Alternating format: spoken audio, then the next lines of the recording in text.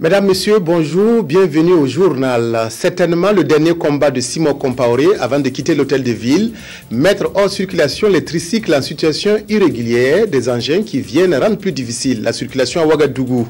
La RTB2 Centre sera lancée à l'occasion de la 7e rentrée télévisuelle. Les techniciens travaillent d'arrache-pied pour parfaire les installations pour une bonne réception des émissions de cette nouvelle chaîne.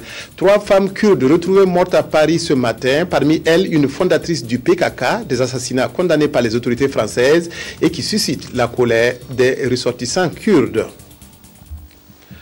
Mais tout d'abord, 12 présumés malfrats dans les filets de la gendarmerie de Boulmiougou. Cambriolage, agression à main armée sont entre autres les charges qui pèsent sur ces personnes actuellement sous les verrous. Ces présumés malfrats ont été présentés ce matin à la presse. Yacouba Goro. Ces présumés malfrats, tous âgés de 19 à 25 ans, s'étaient spécialisés dans le cambriolage des boutiques et domiciles, ainsi que dans les agressions à main armée. Aujourd'hui, la brigade ville de la gendarmerie de Boulmiougou met fin à la cavale de ces 12 présumés malfaiteurs qui terrorisaient les populations de la ville de Ouagadougou. 15 engins, des gourdins, des canifs, une grande cisaille, un pistolet et bien d'autres objets ont été saisis avec cette association de malfaiteurs. C'est grâce à la collaboration franche des militaires de l'armée de terre qui nous a permis de démanteler ces réseaux. Ils ont été victimes d'un vol. Ils n'ont pas hésité à prendre le premier et le conduire à notre niveau. Et nous avons ouvert une enquête qui nous a permis de démanteler tous les réseaux.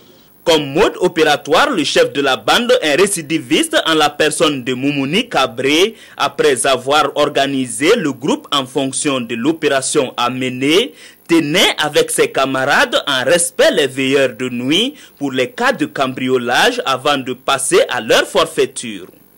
En ce qui concerne les agressions à main armée, les victimes sont accostées dans les endroits obscurs, assommées à coups de gourdins et dépossédées de leurs biens. Je suis parti pour aller payer Diawo. Sur la route, il y avait 2 personnes qui sont remorquées avec une moto Krypton Z. Donc ils sont venus me dépasser. Après ils ont fait un demi-tour, venus sortir derrière moi. Et puis quand ils m'ont approché, ils ont fait la moto, ils ont renflé la moto là. Donc quand j'ai entendu le bruit, j'ai dit que je tournais pour voir. Dans ce temps, ils ont pris un fer qui a tapé sur ma tête. Donc je suis tombé et puis ils ont pris la moto et puis parti. Les investigations se poursuivent et ces présumés malfrats seront déférés devant le parquet pour être jugés. En entendant le commandant de la brigade ville de la gendarmerie de Boulmiougou appelle la population à plus de vigilance et de collaboration afin de venir ensemble à bout du grand banditisme. La dernière bataille de Simon Compaoré, mettre hors circulation les tricycles en situation irrégulière. Une opération d'interception de ces motocycles a été lancée depuis lundi et les conducteurs de ces fameux engins doivent payer des contraventions s'ils ne sont pas en règle. Le maire de Ouagadougou a donné hier une conférence de presse pour faire le point de cette opération. Claudine Bikaba, reportage. 98 tricycles mis en arrêt à la date de ce 9 janvier 2013 par la police municipale. Une opération qui s'effectue après la rencontre du maire Simon Compaoré avec les usagers de ces engins le 16 décembre dernier, dont l'objectif était de faire connaître le contenu du décret du 5 juillet 2012 assorti de 32 articles portant sur les conditions et modalités d'exploitation à titre onéreux et pour compte propre des vélomoteurs, motocyclettes, tricycles et quadricycles à moteur. C'est à ce titre qu'une conférence de presse a été convoquée par le maire pour justifier l'opération. Nous avons été très regardants à leur endroit, en leur donnant tout ce temps pour s'adapter. Ils sont au courant. On a arrêté certains, on les a laissés partir en les sensibilisant. Et ces mêmes gars sont allés faire des surcharges en toute connaissance de cause. Après un délai de 6 mois révolu de l'adoption du décret, ces usagers sont interceptés pour des raisons multiples qui sont l'absence d'un permis de conduire, de l'assurance, de carte grise, de plaque d'immatriculation, du non-port de casque, de surcharge, de surnombre, de transport mixte et de visites techniques. Et pour le président du syndicat de ces conducteurs, certains cas sont à revoir. Dans tout le Burkina Faso, il n'y a pas de permis de conduire tricycle. Depuis les 6 mois, ils sont expirés. Le maire a raison d'agir parce que c'est la responsabilité du maire. Mais maintenant, le maire n'est pas responsable de la faisabilité du permis de conduire. Donc, nous reposons tout le gros problème là sur le ministère des Transports. Pour que dans les jours à venir, là, il y ait un créneau propre. Suite à un échange fructueux avec le maire, les sanctions sur l'absence des permis de conduire ainsi que des visites techniques ont été retirées. L'opération se poursuit, cependant des solutions sont envisagées pour une meilleure gestion de ces moyens de transport afin d'assurer la sécurité des populations de Ouagadougou et de Bobo-Dioulasso. Il n'était déjà pas facile de circuler à Ouagadougou et ce n'est pas l'arrivée de ces tricycles qui va rendre la circulation plus fluide. D'année en année, la circulation dans la capitale est devenue un véritable chemin de croix à cause du nombre croissant d'engins à 2 roues ou à 4 roues et à l'incivisme des usagers. En ce début d'année, le spectacle d'une circulation à risque est toujours présent, comme l'a constaté notre équipe de reportage. C'est Sylvestre Da. Ces images sont les spectacles quotidiens qu'offrent les artères de la capitale burkinabé aux heures de pointe. Nous sommes ici sur l'avenue Charles de Gaulle, il vient d'être midi. Les voitures, les mobylettes et les vélos, auxquels se mêlent les tricycles, les charrettes et les piétons, se disputent la voie. C'est la même situation sur tous les axes principaux reliant le centre-ville, quartier administratif et des affaires au quartier périphérique. Sur l'avenue Babangida ou sur l'avenue Bassawarga, chacun est pressé pour atteindre sa destination. Un véritable parcours de combattants. Ces derniers temps, c'est difficile. Bon, il y a l'incivisme, c'est certainement dû au fait que chacun a de l'argent, il paye sa moto sans avoir un document qui puisse lui permettre de circuler. Donc, chacun circule comme il veut. C'est vraiment difficile. Quand vous quittez la maison, c'est difficile pour vous d'arriver à l'heure au service. Tout simplement à cause de l'incivisme dans la circulation. On souhaiterait avoir des routes plus larges, tout ça, quoi, pour nous aider à mieux circuler. Parce que comme ça, il y a trop d'accidents et c'est dû un peu à l'exécuté de la route. Circuler à Ouagadougou provoque un sentiment d'insécurité du fait de l'étroitesse des voies et surtout des comportements non citoyens. Chaque usager semble avoir son propre code de la route. Tout le monde croit avoir raison, tout le monde croit avoir la priorité, chacun est pressé, personne n'est tolérante. La police, souvent débordée, regarde impuissante. De jour en jour, le taux d'accident ne cesse de croître et le nombre de familles endeuillées avec. Il se trouve que, à la conception, on minimise un peu la circulation des motos. Alors que le Burkina est un pays de motos, il fallait que ça soit un peu plus large. Sinon, c'est un peu difficile. Il y a trop de motos par rapport à la route. Moi, je crois qu'on doit amener tout le monde dans les auto-écoles là.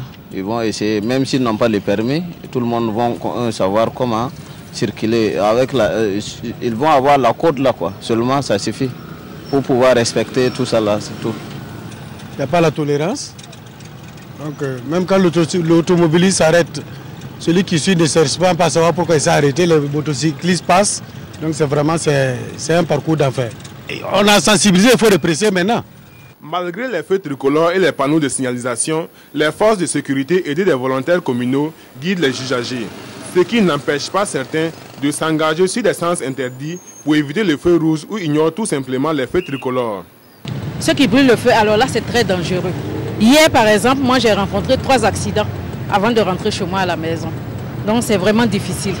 Il faut que les gens fassent attention, que la police soit là régulièrement pour réglementer, sinon c'est difficile. Dès lors qu'il n'y a pas les forces de sécurité, c'est le désordre. Vu le taux croissant des accidents de la route, le gouvernement a adopté depuis 2004 une loi qui rend obligatoire le port du casque. Une obligation visiblement foulée aux pieds.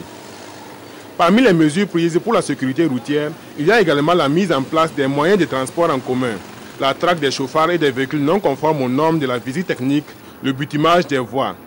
Mais il reste le changement des comportements des usagers et cela relève sans doute de la responsabilité de tout un chacun. Souhaitons à tous bonne santé. Les maladies tropicales négligées sont en recul au Burkina grâce aux efforts conjugués du ministère de la Santé et de ses partenaires. D'autres résultats probants peuvent être atteints en la matière si de nouvelles stratégies de lutte sont adoptées. C'est la démarche suivie par les autorités sanitaires qui réunissent à Ouagadougou des compétences pour valider un plan stratégique. Wendata Nathalie Kaore. Les maladies tropicales négligées sont des maladies qui trouvent leur terrain de prédilection dans les milieux défavorisés. Malgré la diminution importante de ces maladies au Burkina Faso, la vigilance doit rester de mise car le manque d'hygiène, l'insuffisance d'assainissement et la prolifération des insectes sont des facteurs qui peuvent entraîner la recrudescence de ces maladies. On peut citer la filariose lymphatique, qu'on appelle communément l'éléphantiasis. On peut trouver l'onchocercose qui heureusement est en recul. Il y avait le ver de Guinée que nous venons d'éradiquer, donc qui n'est plus d'actualité. Avec la diminution considérable de la prévalence de ces maladies, à un certain moment, les gens ont considéré que ce n'était plus un problème de santé publique. Avec le temps, on s'est rendu compte qu'il y a une recrudescence de ces maladies et on a décidé donc de réorganiser la lutte. Afin de renforcer la lutte contre ces maladies, le ministère de la Santé a élaboré un plan stratégique qui couvre la période 2012-2016. Et c'est ce plan que les acteurs du système sanitaire sont invités à examiner et à valider pour qu'il serve de référentiel national en matière de lutte contre les maladies tropicales négligées. C'est le directeur général de la protection sanitaire qui a représenté le ministre de la Santé à l'ouverture des travaux. Il a invité les acteurs de la santé à faire des amendements pertinents afin que le Burkina Faso dispose d'un plan stratégique consensuel à même d'insuffler une nouvelle dynamique dans la lutte contre les maladies tropicales négligées. Le lancement de la chaîne de télévision RTB2 Centre est prévu pour le 20 janvier prochain. C'est une manifestation qui est inscrite au programme de la 7e rentrée télévisuelle. Pendant que les agents se recyclent, les techniciens travaillent d'arrache-pied pour finaliser les installations et les aménagements dans les locaux de l'ex-radio rural. Des difficultés ne manquent pas, mais elles devraient être aplanies avant le jour J. C'est Sylvestre Da. À la maison de la radio, les techniciens s'affairent pour être au rendez-vous du lancement des chaînes de télévision et de radiodiffusion RTB2 Centre à l'occasion de la 7e rentrée RTB. De ce studio multifonctionnel partiront les émissions de la télévision de proximité, un studio qui associe le plateau du journal télévisé ainsi que celui de production des émissions. Les manœuvres ont débuté le 20 décembre dernier et sur place, les exercices pratiques de réalisation, de prise d'images et de son côtoient les travaux d'installation, de réparation et de transformation sur les plateaux, à la régie, à l'intérieur du bâtiment ainsi qu'à l'extérieur où la climatisation centrale est en train d'être remise en état. Vous allez constater au démarrage de cette télévision que le personnel est un peu réduit parce que nous avons opté pour le matériel high-tech, on va dire, avec la numérisation qui est amorcée, et nous avons anticipé pour pouvoir faire en sorte que ce matériel qui est actuellement en cours d'installation puisse aussi servir en même temps lorsque nous allons entrer dans la phase du numérique, comme on le dit, d'ici à 2015. Notamment par exemple au niveau des caméras, c'est des caméras de haute définition et qui n'utilisent plus de cassettes. C'est plutôt des cartes mémoire qui vont être utilisées à ce niveau. Il y a aussi des caméras robotisées qui n'ont plus besoin d'avoir un caméraman physiquement présent derrière la caméra parce que tout est piloté à partir d'une manette qui permet de diriger l'ensemble des prises de vue de la caméra. Au centre émetteur de la RTB situé au quartier Kamouensen de Ouagadougou, on finalise les dispositifs de diffusion. Les antennes de la radiodiffusion et de la télévision, de même que les différents émetteurs, ont fini d'être installés. Les techniciens sont à la phase d'essai des installations qui devraient pouvoir capter les signaux envoyés depuis les studios par les faisceaux pour couvrir un rayon d'environ 80 km. Tout le système électrique a été réfectionné pour permettre l'installation de ces équipements. Il y a des problèmes d'équipement. Souvent, quand les équipements viennent, il y a des choses qui ne sont pas toujours comme ce qu'on avait demandé. Il faut réadapter et il faut courir derrière le fournisseur pour qu'il complète un certain nombre d'équipements qui n'ont pas été fournis. Mais jusque-là, quand même, on a réussi en tout cas combler la plupart des difficultés. On sera au rendez-vous. Et le rendez-vous, c'est le 20 janvier 2012 avec les équipes de la RTB2 Centre sur la bande 96.6 FM pour écouter la radio et sur la bande 535 MHz pour regarder la télévision. Les entrepreneurs culturels et les artistes burkinabés conviés à la réflexion autour de 2 arrêtés relatifs à la licence d'entrepreneur de spectacles culturels. La direction des arts du spectacle organise cette concertation pour recueillir les observations et les propositions en vue de mieux réglementer le secteur. Reportage Frédéric Etienne Bassenga. À qui peut-on délivrer une licence d'entrepreneur de spectacle culturel? Quelles sont les conditions pour organiser un spectacle culturel? Les entrepreneurs culturels et les artistes réunis ici autour de la direction des arts du spectacle réalisent les tests comportant les réponses à ces questions. Cette rencontre d'échange permettra également de donner une base juridique au statut de l'artiste burkinabé. Il y a eu une étude qui a été commanditée par le ministère du Commerce. Et cette étude a relevé qu'il y avait des insuffisances dans ces textes. Enfin, pour ce qui concerne la licence d'entrepreneur du spectacle, effectivement, ce texte comporte un certain nombre d'insuffisances. Mais pour ce qui concerne l'attestation d'artiste, cette attestation était sans base juridique. Donc il n'y avait aucun texte qui instituait cette attestation. Et donc il s'est avéré nécessaire justement de relire le texte portant délivrance de la licence d'entrepreneur de spectacle culturel et de proposer un texte qui institue l'attestation d'artiste. Pour les concernés chez qui il est attendu des propositions concrètes, cet atelier est une aubaine qui devra réglementer un tant soit peu leur secteur. Depuis longtemps, nous travaillons dans ce secteur et c'est comme s'il n'y a pas une reconnaissance. Et s'il y a quand même un texte juridique aujourd'hui qui reconnaît l'artiste, parlant du statut de l'artiste musicien, et quand même pour que notre travail puisse être pris plus au sérieux.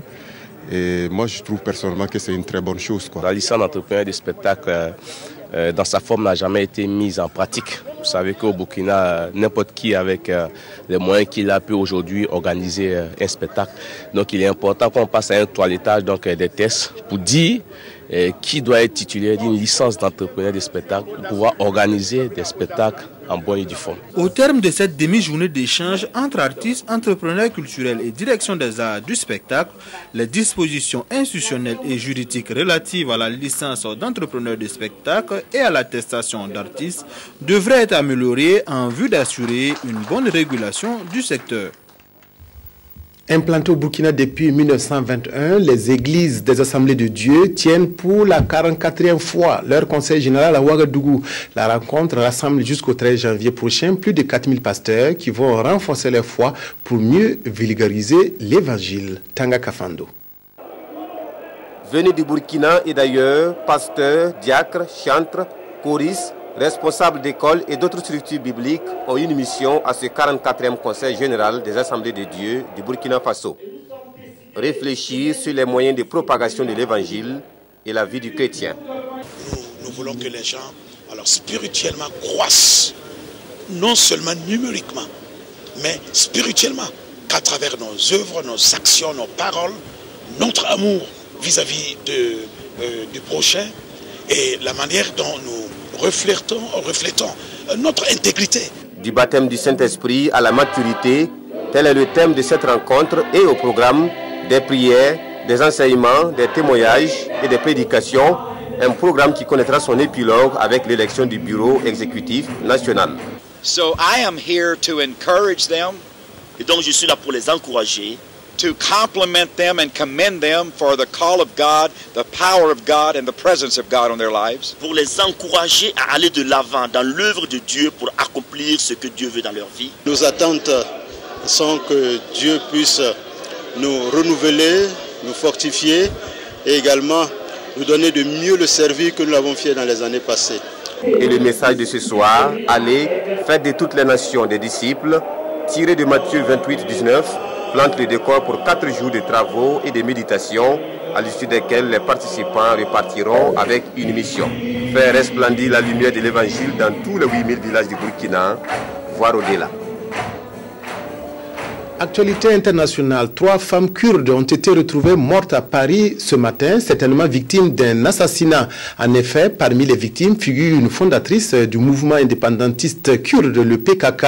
Les observateurs voient dans ce triple assassinat une manière de perturber les futures négociations entre le PKK et Ankara. Voilà, fin de cette édition. Merci de votre aimable attention. Excellent après-midi à toutes et à tous en compagnie de la RTB.